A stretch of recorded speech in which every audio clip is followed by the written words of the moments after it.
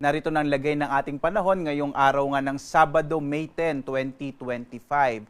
At sa ating latest satellite images, makikita natin ang patuloy na pag-iral ng easterlies. Ito yung hangin nagmumula sa karagatang Pasipiko. Magdadala pa rin ito ng mainit na panahon na may mga tsansa ng mga isolated o pulupulong mga pag-ulan pagkulog sa malaking bahagi ng ating bansa. Samantala, inaasahan natin na magkakaroon ng frontal system dito sa may extreme northern Luzon, kaya posibleng magkaroon ng maulap na kalangitan na may mga pag-ulan, mga kalat-kalat na mga pag-ulan pagkulog o mas malaking tsansa ng mga pag-ulan sa may bahagi ng Batanes at maaaring makaapekto ito sa may area pa dito sa may northern Luzon, partikular na sa area ng Cagayan, gayon din sa may Cordillera at sa may Ilocos Norte sa mga susunod na araw. Kaya posible po, lalo na pagdating ng araw ng eleksyon, sa araw ng Lunes, mas malaki yung tsansa ng mga pag-ulan dito sa may extreme northern Luzon, yung Batanes, Babuyan at ilang lugar, partikular na nga sa Cagayan.